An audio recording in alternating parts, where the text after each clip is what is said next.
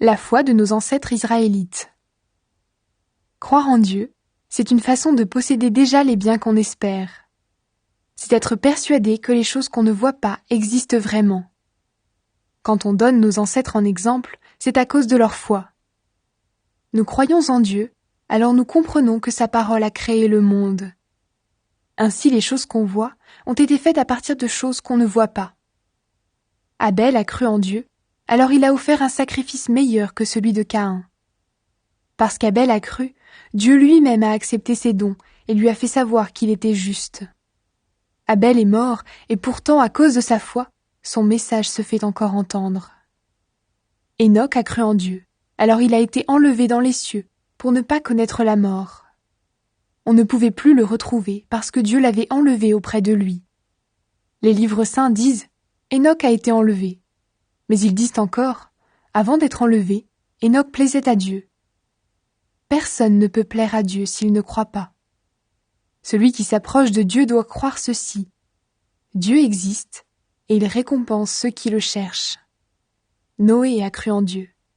Dieu lui a annoncé des événements qu'on ne voyait pas encore. Alors Noé a pris la parole de Dieu au sérieux. Il a construit un bateau pour sauver sa famille. En faisant cela, il a condamné le monde, et à cause de sa foi, Dieu a reconnu que c'était un homme juste. Abraham a cru en Dieu, alors il a répondu à son appel, il a obéi. Il est parti vers un pays que Dieu devait lui donner à posséder, et il est parti sans savoir où il allait.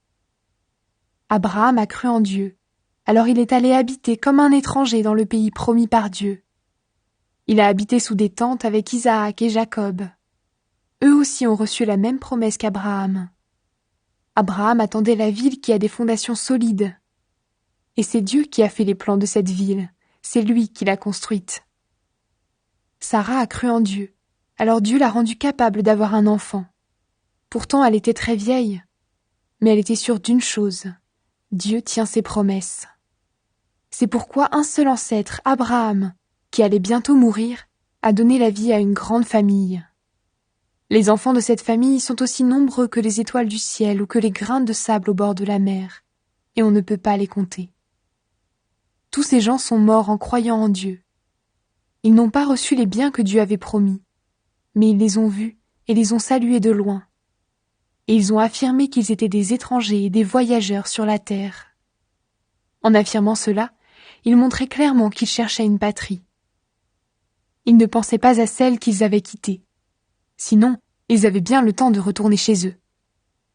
En fait, c'est une patrie meilleure qu'ils cherchaient. C'est la patrie du ciel. C'est pourquoi Dieu n'a pas honte d'être appelé leur Dieu. En effet, il leur a préparé une ville. Abraham a cru en Dieu, mais Dieu voulait voir ce qu'Abraham allait faire, et il lui a demandé d'offrir Isaac en sacrifice. Alors Abraham a offert son fils unique. Pourtant il avait déjà reçu les promesses de Dieu. En effet, Dieu lui avait dit « Par Isaac tu auras des fils qui porteront ton nom ». Mais Abraham a pensé « Dieu a même le pouvoir de réveiller quelqu'un de la mort ». C'est pourquoi Dieu lui a rendu son fils, comme si celui-ci revenait de la mort. Isaac a cru en Dieu, alors il a béni Jacob et Ésaü pour des événements à venir. Jacob a cru en Dieu, alors au moment de mourir, il a béni tous les fils de Joseph, l'un après l'autre. Et en s'appuyant sur son bâton, il a adoré Dieu. Joseph a cru en Dieu. Alors à la fin de sa vie, il a parlé du moment où les Israélites allaient quitter l'Égypte. Et il a donné des ordres pour dire ce qu'on devait faire de son corps. Les parents de Moïse ont cru en Dieu. Alors quand leur fils est né, ils l'ont caché pendant 3 mois. Ils ont vu que l'enfant était beau. Ils n'ont pas eu peur de désobéir à l'ordre du roi. Moïse a cru en Dieu. Alors quand il est devenu grand, il n'a pas voulu qu'on dise de lui « Moïse est le fils de la fille du roi d'Égypte ». Il a choisi de souffrir avec le peuple de Dieu. Pourtant, il pouvait avoir une vie agréable pendant quelque temps, mais il n'aurait pas obéi à Dieu.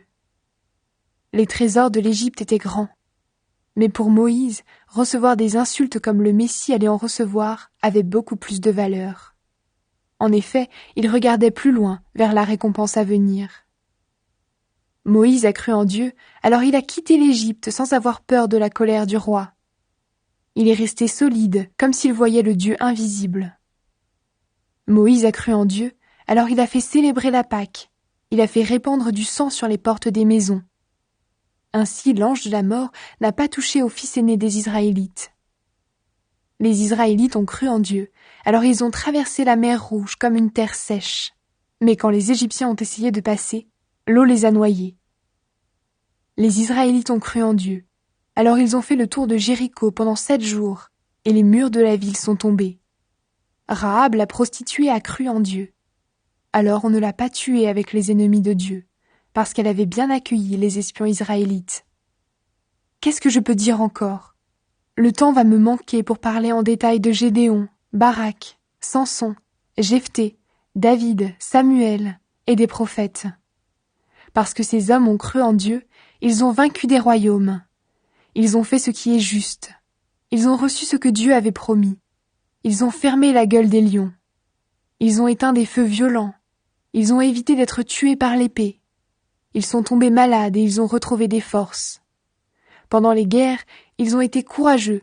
Ils ont repoussé des armées étrangères. Des femmes ont cru en Dieu. Alors elles ont retrouvé leurs morts, parce que ceux-ci sont revenus à la vie. D'autres hommes ont été torturés, mais ils n'ont pas voulu qu'on les délivre. En effet, ils préféraient revenir de la mort à une vie meilleure. D'autres ont supporté des insultes et des coups de fouet. On a attaché certains avec des chaînes et on les a mis en prison. On les a tués en leur jetant des pierres, ou bien on les a sciés en deux, ou on les a tués par l'épée. D'autres sont allés d'un endroit à un autre, habillés avec des peaux de mouton ou des peaux de chèvre. Il manquait de tout. On les faisait beaucoup souffrir et on les traitait vraiment mal. Pourtant, le monde n'était pas digne de ces gens-là. Ils sont allés d'un endroit à un autre, dans les déserts, dans les montagnes, dans les abris des rochers et dans les trous de la terre.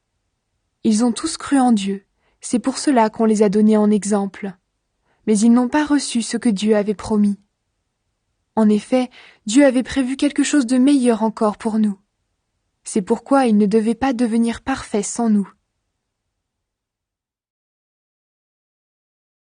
Appel à avoir plus de courage dans les difficultés. Cette grande foule de témoins nous entoure. Rejetons donc, nous aussi, tout ce qui nous empêche d'avancer. Rejetons le péché qui nous enveloppe si facilement. Courons jusqu'au bout la course qu'on nous propose. Regardons toujours Jésus. C'est lui qui fait naître la foi et qui la rend parfaite. Il a accepté de mourir sur une croix sans avoir honte. En effet, il voyait d'avance la joie qu'il allait recevoir. Et maintenant, il est assis à la droite de Dieu. Oui, pensez à Jésus. Les pécheurs étaient contre lui, mais il a tout supporté. Alors ne vous laissez pas vaincre par le découragement. En combattant contre le péché, vous n'avez pas encore résisté jusqu'à la mort.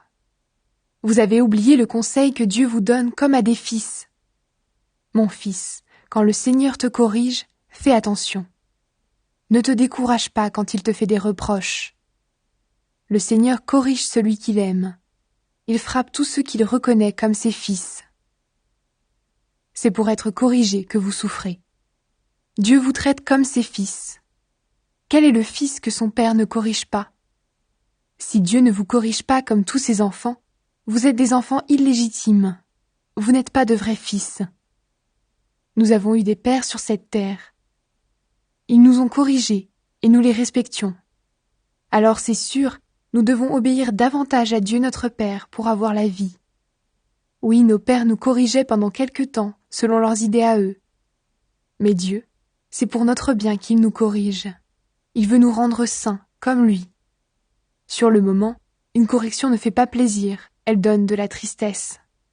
Mais plus tard, ceux qui ont été formés de cette façon deviennent justes et trouvent ainsi la paix. C'est pourquoi, redressez vos bras fatigués et rendez plus forts vos genoux tremblants. Faites de bonnes pistes pour vos pieds. Alors celui qui boite ne se tordra pas la cheville, au contraire, il guérira. Recommandations et avertissements. Cherchez à vivre en paix avec tout le monde et à mener une vie qui plaît à Dieu. Sans cela,